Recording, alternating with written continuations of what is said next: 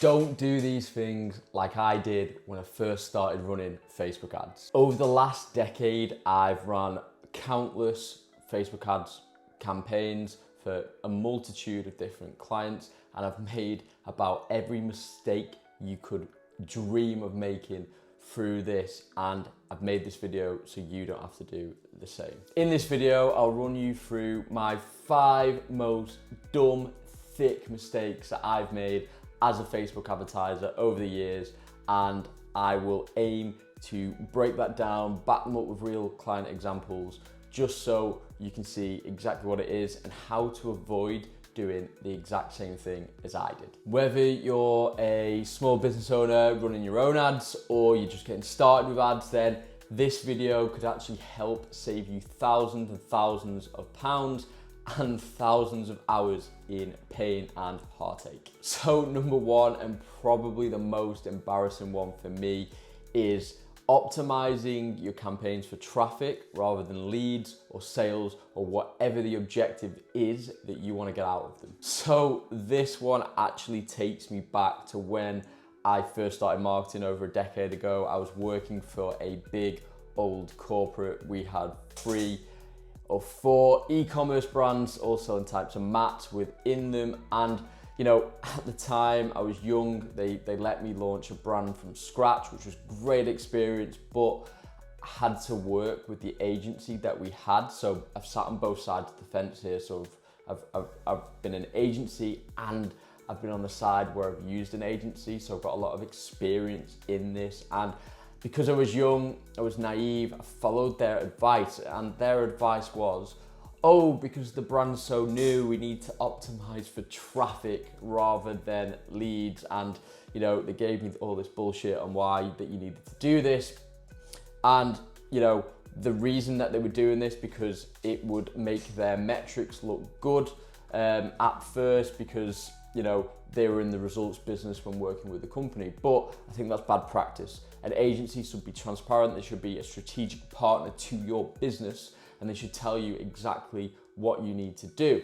So, you know, we're running these campaigns for months on end, we're spending thousands, we're probably spending 2 grand every single month. We're not breaking even because all we're doing is running traffic to the site, which isn't the right traffic for what we needed, right? We needed purchases, we needed conversions, and if it's your case, you might need leads. So my advice here is do not under any circumstance optimize for something that you don't want.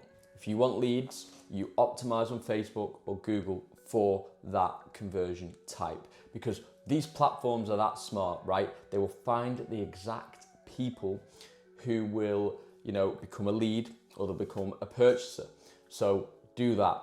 Here's what happened when I changed that, because I'd had enough, right? It was making me look bad, it was making the company look bad, we were hemorrhaging cash. So I took it into my own hands. I set up a campaign optimizing, in this case, for sales, and it absolutely changed the game. We started getting sales coming through the door, my manager was happy, and we actually managed to sell out one of the product lines really, really quickly. So that was great, and it got the brand moving. And after the 3 months of that disaster listening to the agency, we actually started to break even. Now, when you've got a new brand, it isn't easy at first. You know, there's loads of companies out there in the online space. You're in a sea of competition. It's really difficult, and you need to, you know, take the right strategies early on and optimize for what it is that you want. So the takeaway here is, if it's Facebook, if it's Google, these are smarter than us all. Optimize for what you want: leads, purchases, conversions, appointments, whatever it is, optimize for those and you'll see better results. Number 2 is, we're all probably guilty of this, is trying to over target. So back in the day with Facebook, for example, that you could fiddle around with stuff in the back end with who you're targeting, who that type of person is, what demographic they abide by, what their interests are. But you know, that was 10, 15 years ago, when Facebook didn't have this big old bank of data that you can use, and it can actually help inform your ads. So Now the machine learning is just that powerful that you don't need to do this stuff anymore. And it's that powerful, it's change, right? So it's changing all the time, but the big change in recent years is you now target through your visuals, your images, your videos, and that's how Facebook decides who the right person is to go and, you know, inquire for your services, become a lead, become a purchaser.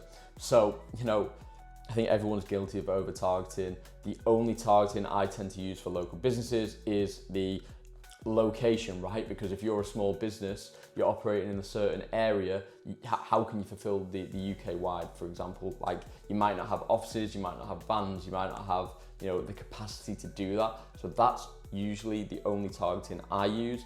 I keep everything broad. I use the ads, I use the creative, the videos, the images to target the ideal people for the people that we work with, okay?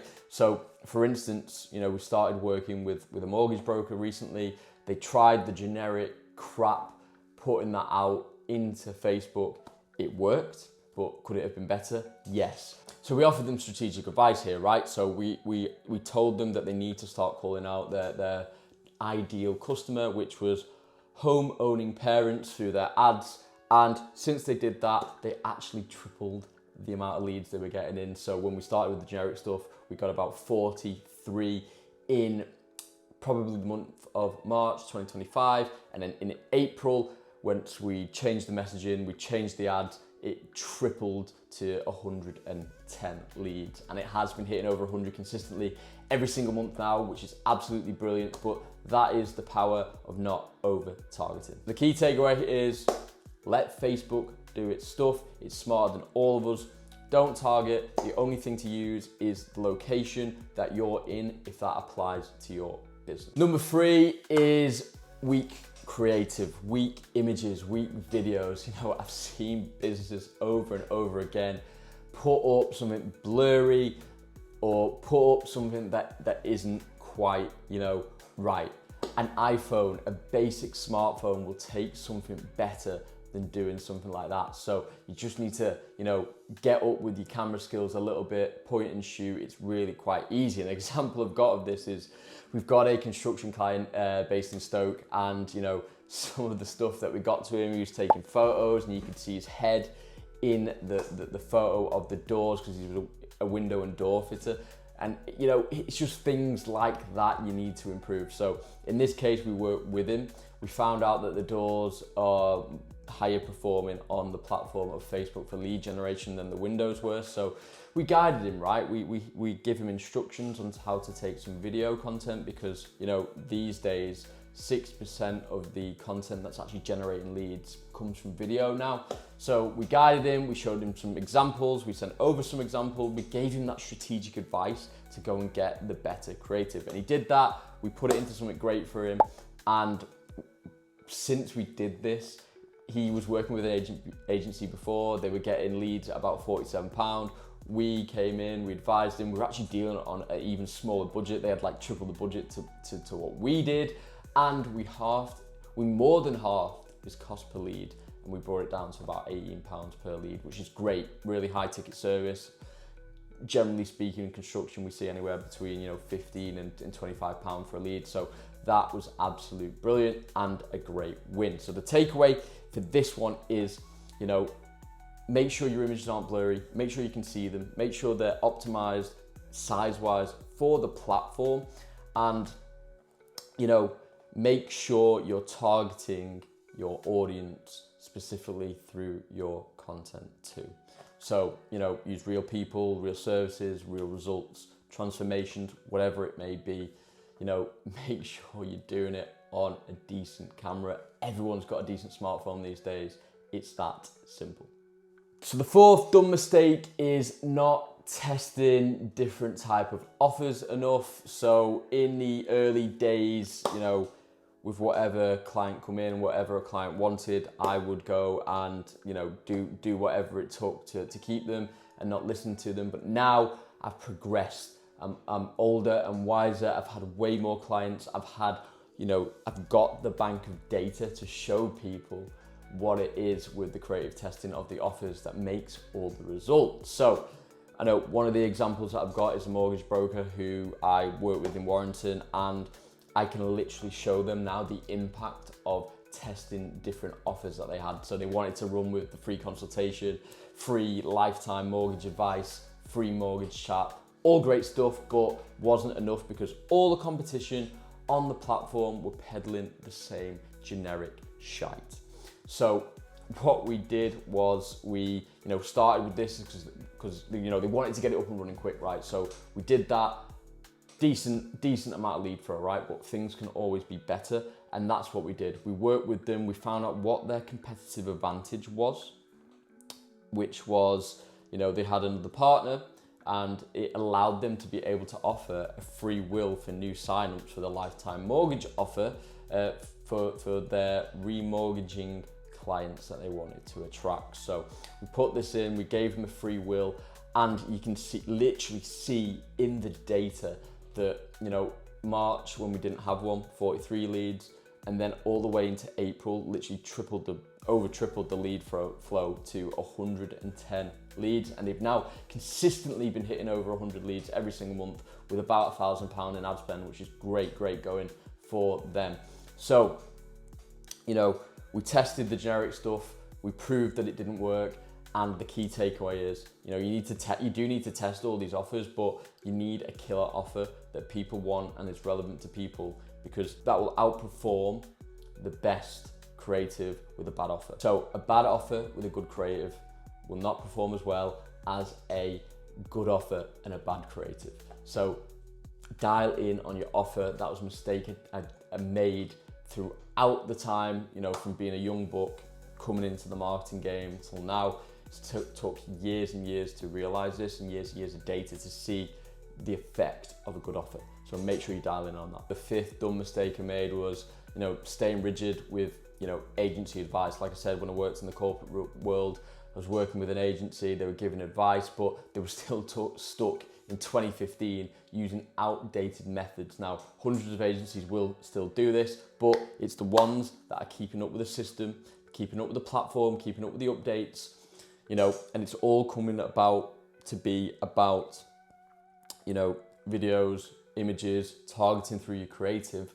And that's where you've got to really, dial in on to get the best results. So it's, using the right objective, it's using the strong creative, the strong video, it's using simple but effective offers and the right relevant offers to get your audience to take the actions that you want them to take.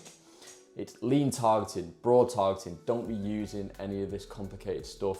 Facebook is too smart. It's too smart. It's smarter than us. It's got a huge bank of data. That's why data is now more expensive than oil, right? Because people's attention is worth more than anything that we've ever had before in our lives. So, Facebook, it's a machine learning platform. Feed it good inputs, get good outputs. But yeah, try and keep up to date with it. Following old school agency advice is no good. We've all been guilty of doing that. If you think something's wrong, call it out and work with them. Agencies like that, we should be strategic partners with businesses, and we should be working together to get these small local businesses that is so important for, because leads are your lifeblood. So these are 5 of the most painful mistakes that I've made throughout probably the last decade, particularly in the early days when I'm running Facebook ads. I spent years fixing these mistakes, trying to figure out why I'm making these mistakes, why these have happened, what can you do to rectify these mistakes. So, generally speaking with Facebook, for example, it's broad targeting, it's use your messaging through your creative and stick a good offer. That's like the most basic level, 3 things to live and die by at the minute. But things change all the time, so you need to keep up with it. So follow this channel, like, subscribe. We'll be dropping stuff every single week, every single month about what we're seeing in ad accounts with our clients and how we can use these learnings and share them with you to improve what you're doing with your business. So nice one for your time, and I'll see you in the next one.